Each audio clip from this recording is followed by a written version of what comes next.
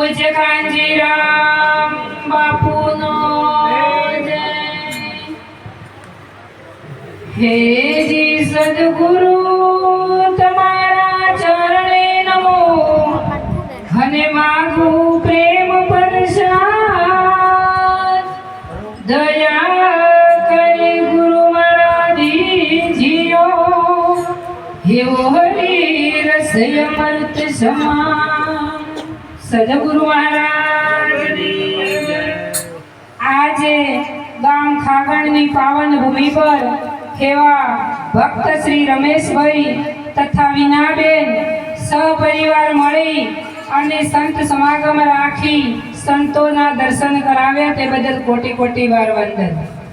સંતોના દર્શન દેવોથી દુર્લભ, સંતોના દર્શન દેવોથી દુર્લભ। દર્શનથી પ્રભુ પ્રસન્ન થાય રે સાહેલી, આજનો દિવસ મારે આનંદનો। આવા જ સંત મહાપુરુષોના દર્શન થાય તો પ્રભુ પ્રસન્ન થાય, પણ જો પ્રભુને પ્રસન્ન કરવા હોય તો સદગુરુના ચરણે જવું પડે। એવા માટે આજે સંત સમાગમ રાખી અને સંતોના દર્શન કરાવ્યા, તે બદલ રમેશભાઈની પણ કોટી કોટી વાર વંદન। એવા આસન ઉપર બિરાજમાન મારા સદગુરુ મહારાજ કાંજીરામ બાપુ, સાથે સંત માતા વિજયાબા મહારાજ અને નામી અનામી સંતો મહાપુરુષો જે બધાર્યા, તેમને સર્વત્રને જય ગુરુ મહારાજ। સંત સમાગમ, સંતોના સમાગમમાં લાવવાથી જ્યાં સુધી સંતોના સમાગમમાં ન લો ત્યાં સુધી પ્રભુના દર્શન થાય એવા નથી। પણ માનવ દેહ મળ્યો શા માટે મળ્યો? આવું જીવન શા માટે મળ્યું અને શું કરવા માટે આયા હતા? ચમ કે અમને તો અમારા સદગુરુ મહારાજે સત્ય સમજાયું છે, માટે અમારું જીવન ધન્ય બન્યું। ન કે અમારું જીવન તો એવું જીવતા હતા કે જનાવર જેવું। અમારા જીવનમાંથી આ જો અમને દાનવમાંથી માનવ બનાવ્યા હોય તો અમારા સદગુરુ મહારાજે બનાવ્યા, અને એમનો ઉપકાર, એમના ગુણ આ મુખથી પણ ગવાય એવા નથી। એમના ગુણ તો આ મુખથી વર્ણન થાય એવું નથી। માટે ત્યાં સુધી અમારો ઇતિહાસ જેવો હતો એ તો તમે તો કદાચ નહીં ગણતા હો, પેલા વિનાબેન ને ડાયા બાપાના પરિવાર તો ગણતા જ હશે। જેમ કે અમે આવી અંધશ્રદ્ધાઓમાં એટલા બધા બેઠાયેલા હતા, પણ અમને મુક્ત કર્યા હોય અને આવા ચોખ્ખા અને અમારું જીવન જો ધન્ય બનાવ્યું હોય તો અમારા સદગુરુએ બનાવ્યું। માટે સદગુરુના જીવન ધન્ય બન્યું ત્યાં સુધી અમે આટલા સુધી આવી શક્યા છીએ। ન કે અમારું જીવન તો એવું હતું કે ખાવું પીવું, ઊંઘ આવે તો ઊંઘવું ને મોત આવે તો મરી દો, આવું જીવન જીવતા હતા। પણ જ્યારે સદગુરુ મળ્યા ત્યારે અમને ભાન થયું કે આપણે માનવ દેહ મળ્યો છે, શા માટે મળ્યો છે, શું કરવા માટે આયા છે અને શું કરી રહ્યા છીએ।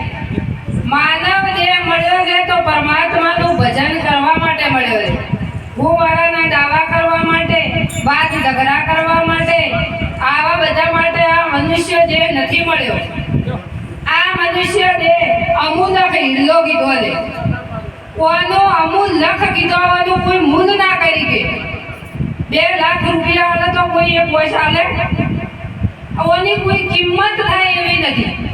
પણ આ મનુષ્ય દેહ મળ્યો પણ વેફડી કાઢ્યો, કોણ હોય કીધું કે ગોળ્યા દેવી વસ્તુ અદાણ છે, માટે મનુષ્ય દેહ મળ્યો છે।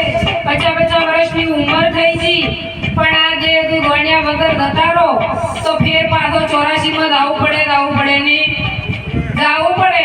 ફક્ત ને ફક્ત આ મનુષ્ય અવતાર છૂટવાનો, મનુષ્ય અવતાર છૂટવા માટે જ મળ્યો છે, પરંતુ સદગુરુના ચરણે ન લો તો છૂટી શકાય એવું નથી। માટે જાગૃત થવાની જરૂર છે, સદગુરુના ચરણે જવાની જરૂર છે। સદગુરુ ચરણે ન લો ત્યાં સુધી મનુષ્ય થવાય એવું નથી। એના મનુષ્ય શા માટે મનુષ્ય થવું પડે? રામકૃષ્ણને આદિ ગુરુ ભાવે બધું મૂકી ગુરુ ચરણમાં જાવે, એ ગુરુ ચરણે જ્યાં અને મનુષ્ય બન્યા અને એમના ગુરુના વચનમાં વિશ્વાસ રાખ્યો અને નિષ્ઠાનું ફળ મળ્યું, તો અત્યારે આપણે બધા રોમ રોમ કરો તો કે કૃષ્ણ કૃષ્ણ કરો તો કે, પણ એમની ગુરુ ચરણે જ્યાં હતા। રોમાપીર બધા કરો તો ખરી, પણ રોમાપીરે ગુરુ ચરણે અને રોમાપીરી નીચિયા ધર્મ અપનાવ્યો. અને તો કોઈ સતી તોરણે કીધું છે કે પાપ તારું પ્રકાશ જાડેજા ધર્મ તારો નીચિયા ધર્મ એટલે પોતાનો.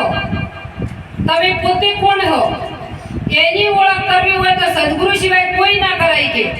પણ રોમાપીરી લાવો છે, પણ રોમાપીરી કહ્યું એવું કોઈને કરવું છે? તમે ભગવાનના મંદિરે તો સતા મંદિરે તો એ ભગવાન એવું કહે કે તમે દારૂ પીને આવો તો પડી ખાઈને આવો તો. ભગવાનનું મંદિર ચોખ્ખું હોય તો આ એ પરમાત્મા કે રહેવા માટેનું ઘર છે. તો આ ચોખ્ખું ના હોવું જોઈએ. ઓની અંદર તમાકુ, બીડી, દારૂ આવું ખટે ખરા. ભગવાનના પેલા મંદિરમાં તમારું બનાવેલું છે ઈ તો નથી ખટતો તો ઓમાં ખટે. તો આવું પીવો તો તમને શરમ નથી આવતી? તમે એક 50,000ની કે 1 લાખની ગાડી લાવો અને એની અંદર જો કદાચ તમે પેટ્રોલ કે રેડો કે કેરોસીન રેડો તો તમને એમ થાય કે અમારી ગાડી બગડી જાય. તો અમુલક છે કિંમત વાની કોઈ વધી નથી શકતું. તો એની અંદર કેટલી એવું કે લેવર ખરાબ થઈ ગઈ તમને દયા નથી આવતી? વચ્ચે શું કોમ ગુમાવવું પડે? પણ કે સી આવી બીમારીઓ થઈ અને આવા ભાઈ એસપોર્ટ થઈ જવા થઈ જાય કે તમે શું કોમ આવું કરો છો કે આવડું દુઃખ લાગુ પડ્યું ઓને હર્યું કનડે ઓને પેલું કનડે. એટલે ભાઈ હાથી કરી હોય એટલે ખબર નથી કે અંદર જોડે બીમારી પાડે ને કોઈ કનડતું નથી. કર્મ કરશો તો કર્મ કોઈને છોડવાનું નથી અને જો કર્મ નહીં કરો તો કોઈને કોઈ કનડતું. બોલો તમે હાલની તારીખમાં પ્રતિષ્ઠા કરો તો પથ્થરની મૂર્તિ લેવા દો તો પણ નહીં આપણે કે અને ઘડી પણ આપણા જેવા જ નથી.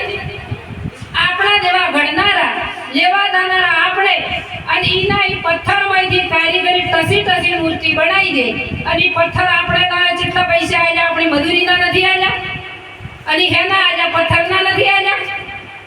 ઈરી મૂર્તિ ઓય લાઈ અને બ્રાહ્મણો લાયા અને કે પ્રાણ પ્રતિષ્ઠા કરી દે છે. ભાઈ ઉપર પથ્થરમાં બ્રાહ્મણ પ્રાણ પૂરે તો એના પરિવારમાં કોઈ મરે એમાં પ્રાણ ન પૂરે. પણ આ પથ્થરની મૂર્તિમાં તો પ્રાણ પૂરી કોમ કરતો કરી હાલતો હોય તો એના પરિવારમાં કોઈ મરે એમાં પ્રાણ ના પૂરે? શરીરમાં પૂરી કે આ એ પડી જાય તો બસ પથ્થર જ હોય કે તો અમે પૂરે પકે. આવી રીતના પ્રાણ પ્રતિષ્ઠા કરી દીવા આપણે કર હાથ આપણે તોડ અને માં ગઈ આપણે તો આપણે શરમ ના આવે કે પથ્થર કોઈ ના લે? આપણું બેહારેલું આપણે સંતોએ કીધું કે નિર્જીવ માગે સજીવ માગે નિર્જીવ પાહે કે તું મને કોક દે. પેલા કીધું કે તારું બેહારેલું હું બેઠું તારી એક ફૂટી કે બે તી બેહાર્યું તો હું બેઠું જ છું. તું દીવો કરે તો હું બાળું જ છું. તો તું હુકમ મકન માંગવા આવે તું કરી કે એવા જાતે કરી તો એવા સો આવો મનુષ્ય દેહ મળ્યો માટે આવામાંથી મુક્ત થો. એક ખાની દોરડો બોજો હાથે અને દાઢનો દુખાવા માટે તો દવાખાને બધે બંધ ન થઈ ગયું હોય. હાથને નોને કોઈ જેવા ખરું જેવી રીતના માટે ગીતાજીમાં કીધું કે હે અર્જુન અણુમાં મારો વાસ લે પણ જેવી રીતના દે એ સદગુરુ સિવાય ખબર પડે એવી નથી. સદગુરુના ચરણે જો તો એની પારખ મળે કે પરમાત્મા જેવો છે. આવી અંધશ્રદ્ધાઓમાંથી તમને શરીર છે તમારા ઘરની અંદર કોઈ સાધન હોય તો એને ચલાવવામાં કોઈ હારફેર થાય તો બીમાર તો પડી જાય. કદાચ પંચર પડે કોઈ ખોલાવવું પડતું હોય એવું તો થાય. તો આ એક સાધન છે. કદાચ ઓની અંદર કોઈ બીમારી આવી જાય તો ઓના તનનો રોગ હોય તો એને ડોક્ટર પાસે જવું પડે. તનના શરીરના રોગ હોય તો ડોક્ટર પાસે જવું પડે. પણ જો મનનો રોગ હોય તો સદગુરુ પાસે જવું પડે. આવા તનનો રોગ મટાડવો હોય એમ ઈ સાધન છે એ બીમાર છોડે અને આ એક સાધન છે. તો બીમાર થાય દવાખાને લાવવું પડે એમ ભૂખો મટાડી કે કોઈની તાકાત છે કોઈની કોઈ મટાડી કે એવું આ ઘડી કોઈ છોડે ખરી? હમણાં અમારા બાપુ બોલ્યા હતા કે ચિઠ્ઠી ફાટશે અંતની વેળા થશે જાવાની એમાં કોઈની તાકાત છે કોઈ રૂડી કે? ડોક્ટરની બોલો ડોક્ટરોમાં બધે ફોટા પડાવો આખા બીમારીની ફોટા પાડશે ડોક્ટર એવું કીધું કે જગ્યા ઉપર જીવ છે એવું ફોટામાં આવે ખરો? આ સદગુરુની ભૂમિકા છે. અમે તમારા જેવા હતા અંધકારમાં જીવન જીવતા હતા પણ મારા બાપુની કૃપા થતા હાલ બોલવા દઉં તો મારું હૈયું ધ્રુજી ઉઠે છે કે મારું જીવન કેવું બન્યું છે. માટે જાગવાની જરૂર છે, જાગૃત થવાની જરૂર છે. તમને આ સાધન બીમાર પડે તો દવાખાને લાદો, ઓપો પાસે રાશો તો ખોટા ખોટા વેમમાં મરી જાઓ.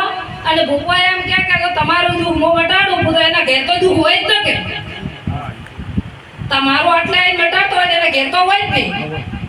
તમે વિચાર કરો, પથરી હોય દુખે, દોરડો હોય વજાથી ન મટે, પણ આવી શ્રદ્ધાઓથી મુક્ત થો. ખાલી એક પેલો આવી અને ધોળે દાડે જીવો કરે, હું કહું શું ફૂટી જીવી આપણ નીકળાતું? ધોળે દાડે આવીને જીવો કરે, ખાલી 4 દોડા ઘવના દો કે તમને બધે વિશ્વાસ બેસી રહે કે હાસી વાત દે, ભૂલે તો કલમ તો આજી દે. અને આ સંતો પોકાર કરે વચન ઉપર તમને વિશ્વાસ નથી આવતો? જાગૃત થો, આવામાંથી મુક્ત થો.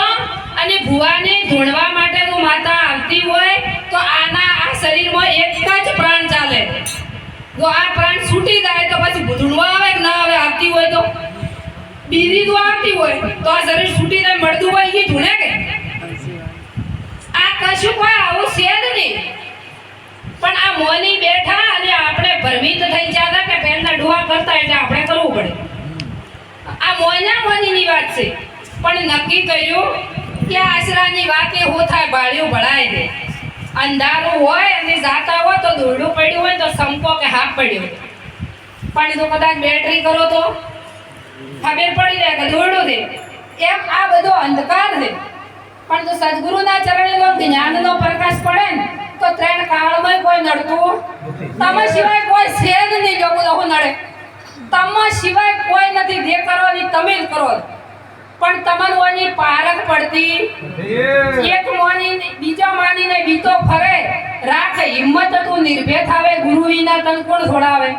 હિંમત રાખી અને ગુરુ મહારાજના ચરણે રહેવાની જરૂર છે. આ મનુષ્ય અવતાર મળ્યો એટલે જાગૃત થવાની જરૂર છે. ફરીવાર હાથ આવવાનો નથી. અને આવા ખોટા માર્ગે ધન નાવે ફળતા. અમને તો અમારા સદગુરુ મહારાજે સત્યની રાહ બતાવી છે. એટલે અમે તો સત્યની રાહ ઉપર, અમારા ગુરુ મહારાજના આપેલા વચન ઉપર અને એમનો પ્રસાદ અમે પીરસદ. ચમ કે એ તો નતો એટલે અમને આવ્યો છે અને અમને જોડવા મળ્યો છે કે આ વાત સત્ય છે. એટલા માટે અમે સભા વચ્ચે કહીએ છીએ. માટે જાગૃત થાજો, જોડો. આ વસ્તુ જોડ્યા દેવી છે અને જાગવા દેવો સમય ને. જાગો તો અંધારા મટી. સદગુરુ મહારાજ